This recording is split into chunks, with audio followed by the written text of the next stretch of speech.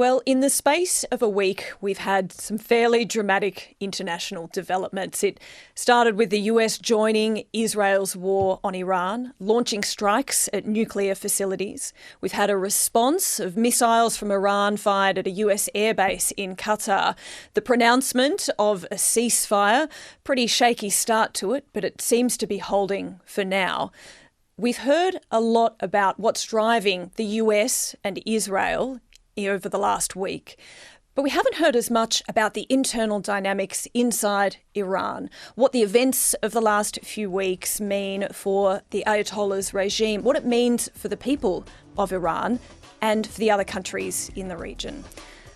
I'm Melissa Clarke, filling in for David Spears on the land of the Ngunnawal people. This is Insiders on Background. Kylie Moore-Gilbert is a Middle East political scientist at Macquarie University and someone who's been detained in Iran for more than 2 years, has a knowledge of Iran perhaps unlike anyone else in Australia, and I'm thrilled that she's joining us for Insiders on Background. Kylie, thank you for being with us. Thanks for having me, Mel. I want to start by just taking you back to when you first learnt that the prison that you had been detained in Iran had been struck by an Israeli missile. What were you thinking and feeling when you learnt that that had happened? I was quite in shock that that had happened. I saw the footage online of the front gates of Evin prison basically being destroyed by a missile, and it was playing again and again on loop, and it was going viral on Iranian social media. And I think my first thoughts were, oh my gosh, I hope everybody's okay. I hope they haven't inadvertently bombed any of the prison wards, because knowing what it's like inside and trying to imagine how terrifying that must have been for the prisoners who, many of which are in very overcrowded spaces and have nowhere to run and nowhere to protect themselves. My brain instantly went there, and not knowing the extent of the bombing, I hoped it was just the gates and not elsewhere.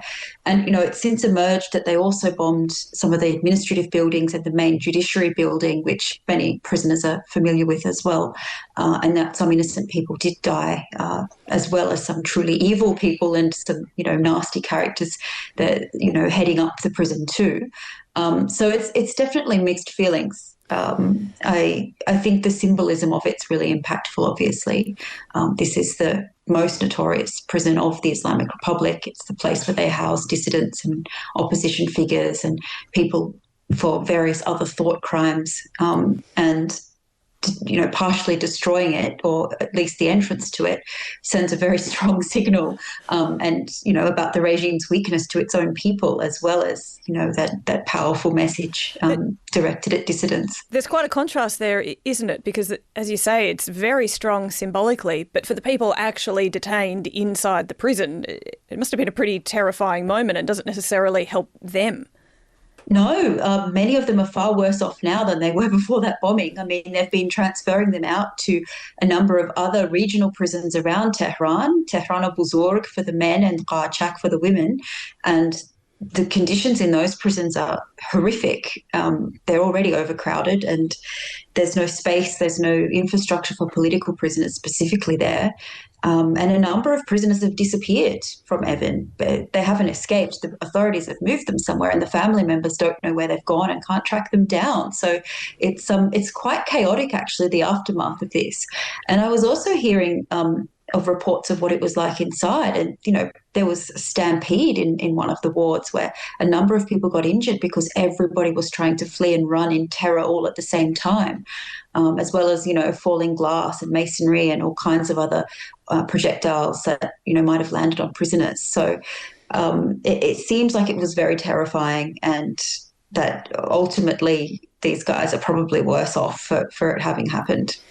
It's a really interesting microcosm of what just one missile and the impact that has at a really human level. At the other end of the scale, we've got the impact that has been wrought, I guess, on the Iranian regime itself, on Ayatollah Khamenei. Can you tell me from your view, do you think that the events of the last week or so have shaken the grip of the regime in any way? It's certainly weakened the regime. Obviously, it has externally in terms of its deterrence and its ability to interfere in its neighbours' affairs and project its power geopolitically. But internally, too, I mean, the people have seen all of that.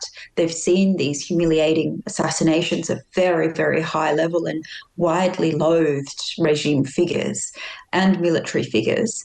And that telegraphs weakness internally. There's been a lot of kind of ill-placed, ill-advised, in my view, talk of regime change by the Israelis and the Americans, and that would have rattled the regime as well. It's made them even more paranoid than they ever were before.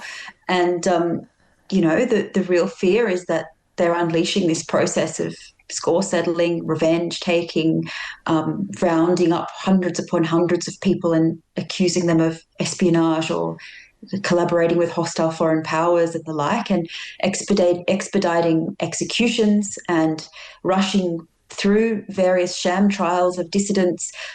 It's only the very beginning. This has been happening for a few days now, but what we've been seeing has been really concerning. So I think the regime is reacting to its weakness by trying to project strength in targeting its own people.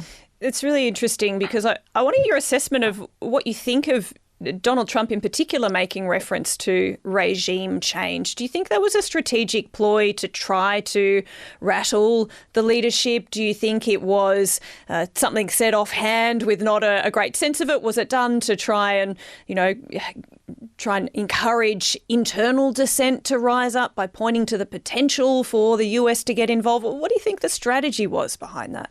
Hard to know how much strategy there is behind anything that Donald Trump puts on Truth Social. In many ways, he was echoing what Netanyahu and some of the other Israeli ministers had already been saying for days prior. I think from the Israeli perspective, it was much more calculated and strategic. From Donald Trump's perspective, it was perhaps just bandwagoning on that narrative and maybe also trying to rattle the regime a bit. I mean, we know that a number of his social media posts were kind of red herrings or ruses to kind of lure the regime into a sense of security when he was actually preparing to strike. So this could have been another kind of psychological tactic as a sort of this new form of warfare, which is warfare by social media. But at the same time, we just don't know with Donald Trump, do we? I mean, I don't know how strategic he is. Some of the stuff that comes out of his mouth, he could have just thought on in the spur of the moment. Yeah, it certainly adds to the confusion and the volatility. You mentioned that some of the responses has really been taken out on the Iranian population in the confusion and the wanting to assert authority from the leadership. What is the view of the Iranian population to what is happening? And I'm sure there's a variety of views, particularly if we look at the difference between young and old, urban and rural. But can you give us a sense of what the population feels towards the leadership in Iran at this point? Well, we know from surveys that have been conducted from outside the country into Iran, because obviously you can't conduct popular opinion surveys inside Iran, and with very large sample sizes, though, which are very reputable and, accurate, I would say, that around 80% of the population now, as of around 2022 onwards, says that they want the regime to go. And that might be for a variety of reasons. It's not just because of the political repression and the human rights abuses or the women's rights abuses that we hear so much about. Corruption and financial mismanagement is actually the number one grievance cited by Iranians in some of these surveys as why they don't trust the regime and don't want the regime any longer to remain in power. This is a regime that's basically stripped what was a middle tier country of most of its resources and pushed more than 50% of the population under the poverty line. So that's a huge grievance within Iran. And I think we don't yet know, it's too early to know popular opinion following this 12-day war, but I think it's pretty logical to assume that impressions of the regime have fallen even further, particularly given the weakness and the humiliation that it's been dealt within its own base of support, which is estimated to be about 10 to 20% of the population. There will be a lot of discontent as well. People will say, why did you spend, some estimates are up to $500 billion over 2 decades on this nuclear program? We need this money for our own people. And that's something that the regime support base might express as well. But also there's a lot of paranoia and suspicion within those who are in the upper echelons of the regime and their supporters. clearly some of these assassinations were conducted by people on the inside who had access to very high-level knowledge about the whereabouts of some of these extremely senior regime and military officials. So the level of paranoia about the base too, and people who profess support for the regime is going to be there as well. So I think that the regime will probably fall even lower in people's estimations and expectations. And this is a real dangerous moment of weakness for them as a result of that. It sounds like it. If we're talking a combination of very low levels of public support, internally within, as you say, the upper echelons, a great deal of suspicion and lack of trust within each other, militarily degraded from where it has been in the past, concern and wanting to show force, perhaps in some ways to save face or at least to try and cement what authority remains. That really sets up for a pretty volatile period ahead. Is that a fair assessment? Absolutely. And especially when you factor in the fact that the Supreme Leader, Khamenei, is 86 years old, has not groomed or named officially a successor, and is thought to not be in great shape. I mean, he's thought to have suffered from cancer for a number of years. He seems like a frail old man. And Trump's taunting him. We know where you are. We know what bunker you've scurried away into, and we can target that too for assassination if we want. That would have struck great fear into the Supreme Leader on a personal level. And from some reports, he has now taken steps to instruct the internal body within the regime that's technically supposed to nominate his successor, but which he's stacked with his own friends and buddies and other very elderly clerics like himself. He's instructed that body to start to consider the issue, and apparently has given 3 suggested names to them, because if and when he goes, and he's so elderly that he could just drop dead one day of natural causes, that is another real moment of weakness for this regime, given its unpopularity and given the lack of any legitimacy around a successor, even within the regime's own base. What could come after him is anyone's guess. That's interesting, because what are the alternatives here? If this uncertainty and volatility were to lead to regime change by any means, whether that was through external forces or whether that was internal uprising, but if we were to consider that as an option, what are the alternatives to the current structure? Who would fill the power vacuum if the Ayatollah were to fall off the perch tomorrow? So you have a number of factions within the regime. Some are probably going to be on the ascendancy following the conclusion of this conflict, probably more of the hardline militaristic types, I would say. There's a lot of talk around the sidelining of the clerical elite in favour of the military elite, because, of course, this is a clerical regime. According to the Iranian constitution, the supreme leader needs to be the religious authority in the land. He needs to have that religious legitimacy. And both leaders have been clerics, and you can actually quibble about whether or not Khamenei, the current supreme leader, actually was an Ayatollah or had reached that high-level religious status before he was elevated to supreme leader position. But at the end of the day, these clerics are supposed to be running the show. But we've definitely seen the military and the Revolutionary Guard Corps more hardline elements on the ascendancy vis-a-vis some of the non-militarised elements of the regime that might have also enjoyed a significant base in the past. So there's a lot of talk that, if Khamenei was assassinated, for example, you might see some kind of Shura Council of military figures, IRGC figures, take over, at least temporarily. But you'd imagine there would be some kind of power struggle, because this is a regime that's deliberately built up multiple factions. It's got double of everything. This is a kind of a divide and conquer strategy of the supreme leader. There are 2 militaries, the Revolutionary Guard one and the regular one, the Artesh. There are 2 court systems. There are 2 intelligence agencies. Everything is doubled up. That creates rivalry between both camps and allows him to kind of preside over everyone, rising above all of that. So these different camps, you can imagine, will start squabbling with one another and jostle for power in the event that he disappeared or passed away.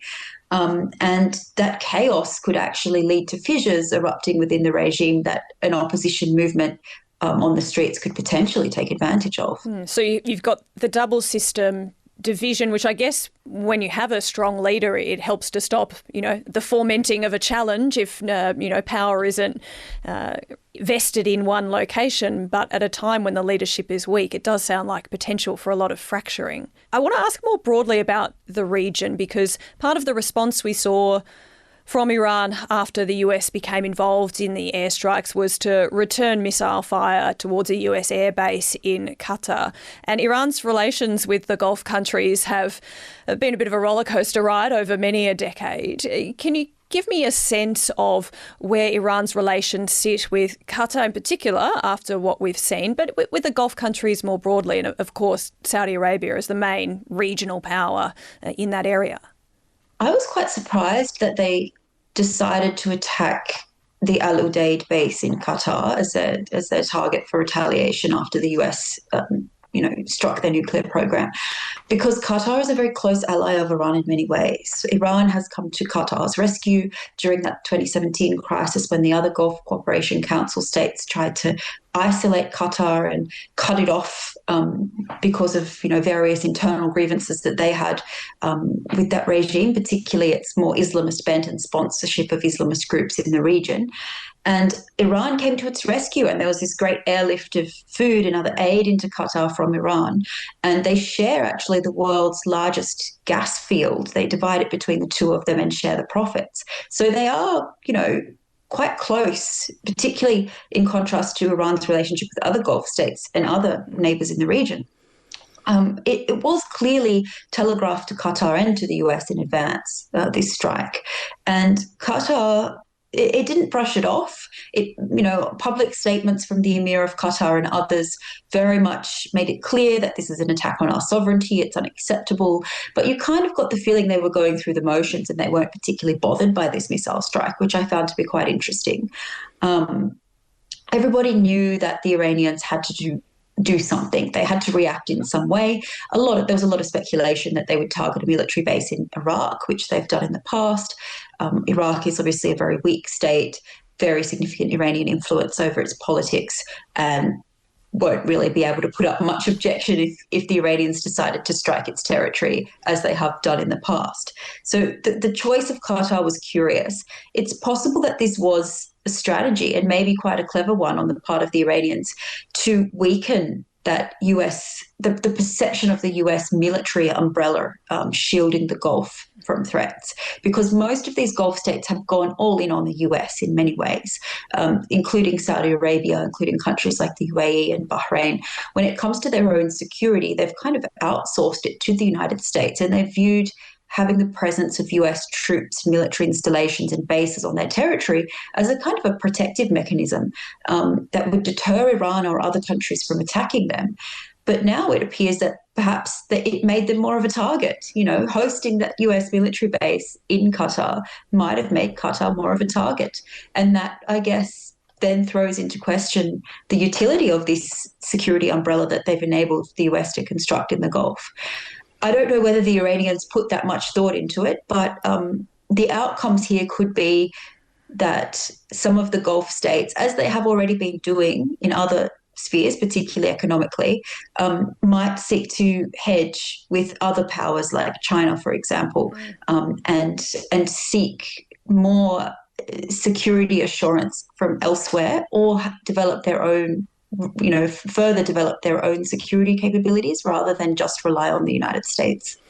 It does make an interesting choice for Iran, though, that doesn't have a lot of friends internationally, and some that it does, like Russia, don't seem to be providing a great deal of support or the extent of support that it might hope for. Obviously, others like Syria have undergone their own massive changes, and those relationships have changed. So given there was a reasonable relationship there, is there a risk that Iran is isolating itself from everyone? Yeah, I think that Iran doesn't have much friends, and the friends that it does have, they didn't really come to its aid. It must be feeling very isolated right now. We saw Araghchi, the foreign minister, fly to Moscow in the middle of this war. And the Russians and the Iranians had announced a strategic partnership, as the Chinese and Iranians had also. And we know that that was on the table. You know, Araghchi would have said, hey, we've sent you guys so many missiles and drones for use in your war in Ukraine. We've supported you in your war in Ukraine. Where's your support for us right now? We're under attack. And the Russians came up with nothing. You know, they've rhetorically supported Iran. They've released some statements, but there was no weapons forthcoming. And equally, the Chinese, you know, seemed very keen not to get involved. So I think that Iran's isolation has definitely increased. Some of these countries are willing to back Iran, particularly in the United Nations or elsewhere, but they're not willing to actually put skin in the game if Iran comes under attack. And, you know, I don't think Qatar would have either, but attacking a friendly country, you know, Qatar in its statement referred to Iran as a brotherly nation. Attacking such a country, even symbolically, when everybody knew that there would be no casualties and this was a symbolic strike, doesn't really send the right message for Iran when it's, you know, so isolated in the region and among its neighbours.